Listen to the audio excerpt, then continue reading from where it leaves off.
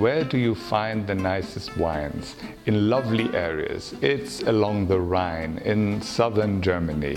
It's a cultural landscape. That's, by the way, we have many Weinstraßen, you know. You go along the wine-producing areas and you have a touristic experience at the same time through good food and through lovely wine.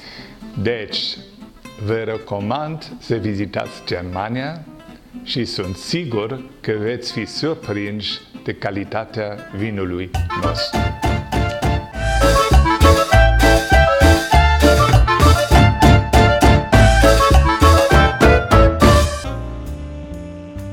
Germany has the world's most elegant and aromatically pure white wines. Why it's so special?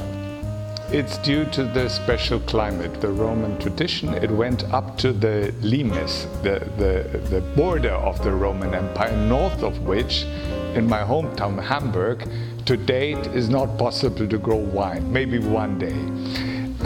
So it's at this borderline of the climates, which produces very interesting wines. It has a very large variety, especially in the white wines, as we know, from bone dry to extremely sweet, as for the dessert wines, like the ice wine, which gets a little bit of the first early freezing of the winter to give it a very special taste. Riesling is the benchmark grape in Germany and covers the most area in German vineyards.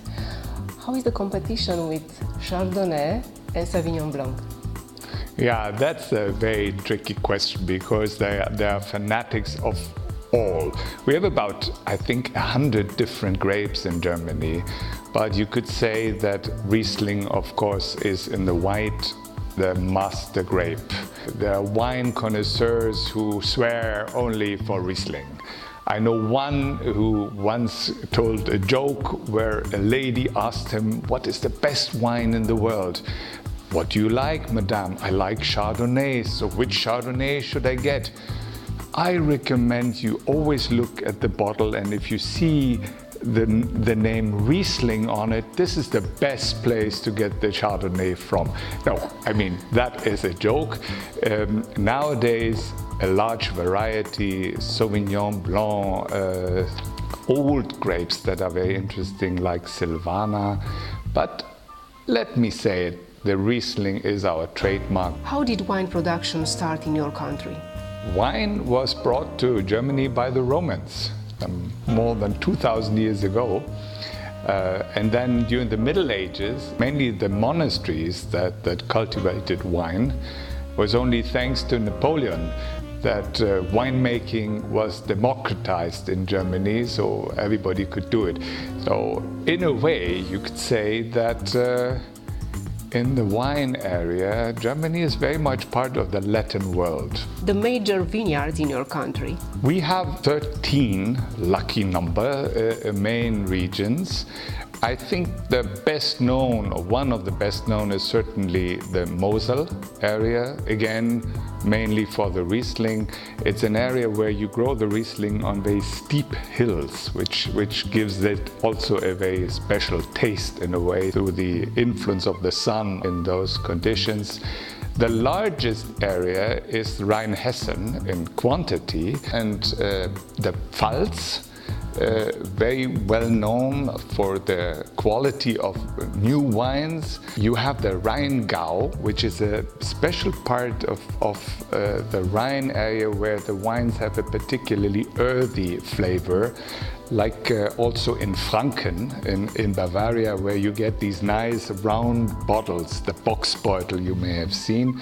And then interestingly, when we talk about the eastern part of Germany, former GDR country, you have the most easterly and most northerly wine regions in Saxony, Sachsen, and Saale-Unstrut.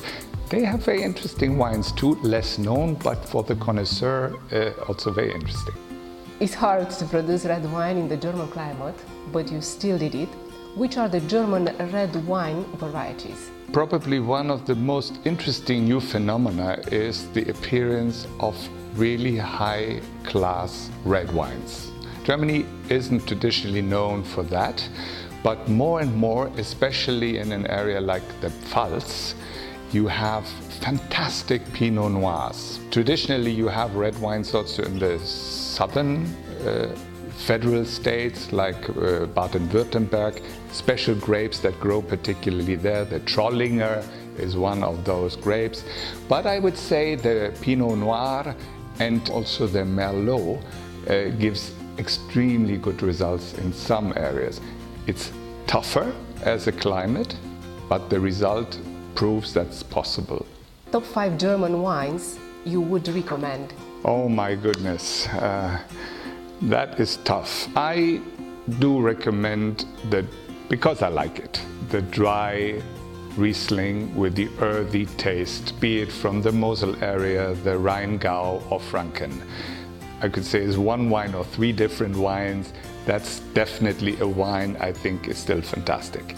I very much like the Pinot Noir, the red wine from the Pfalz area.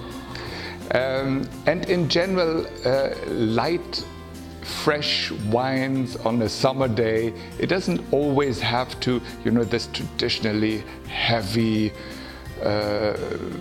deep wine. Let me give you one example. I know you could talk about thousands of different wines. This is a winery from the Pfalz, and I said that's an area I like. The father of the Reibolds produced big quantity wines, old-fashioned style. Then it seemed that that might die out. However, the 2 brothers, the children, decided to restart the business, but in a different fashion, to go for quality. So here is one wine, a light Riesling, Musikantenbuckel, that's the area, the vineyard, what it's called. And I think this is the tendency that needs to be promoted and deserves to be promoted. Young entrepreneurs in the wine business that want to produce quality. And I befriended them a little bit, and this is my personal suggestion. Why Germany should be the next wine destination? Because it will be a great and combined experience. Where do you find the nicest wines? In lovely areas. It's along the Rhine, in southern Germany. It's a cultural landscape. That's, by the way, we have many Weinstraßen, You go along the wine-producing areas and you have a touristic experience at the same time through good food and through lovely wine. So I think in that combination, Germany is quite unique, also because of its very federal character that has different regions, different wines, but a unique experience as a whole.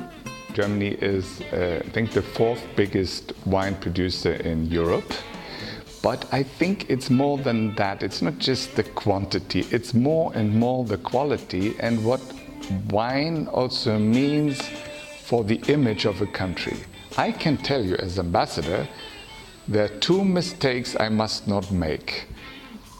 Drive a non-German car and serve too much non-German wine.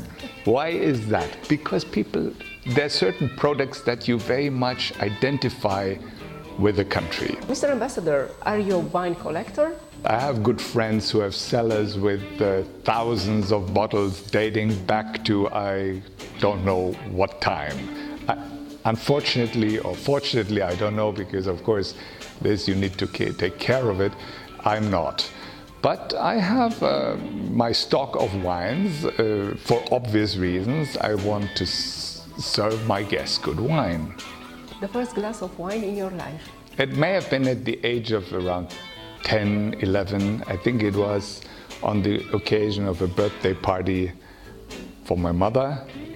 And I remember I hated it. Sour, not nice. So it takes a bit of practice to like even something as good as a fantastic glass of wine. Your favorite type of wine? Frankly speaking, on some occasions, a great steak with a fantastic Bordeaux wine from France. I did my studies in France. I will not deny, and I will always say, in the red, I like the Bordeaux. Most of the time, everyday life, I go for a light white wine with some light food. That's the best for me. Just imagine in May, June, when Germany produces the white asparagus, this with a dry Riesling, no better thing than that. Domnule ambasador, vorbiți mai multe limbi străine, știți și limba română, aveți un mesaj pentru telespectatorii noștri?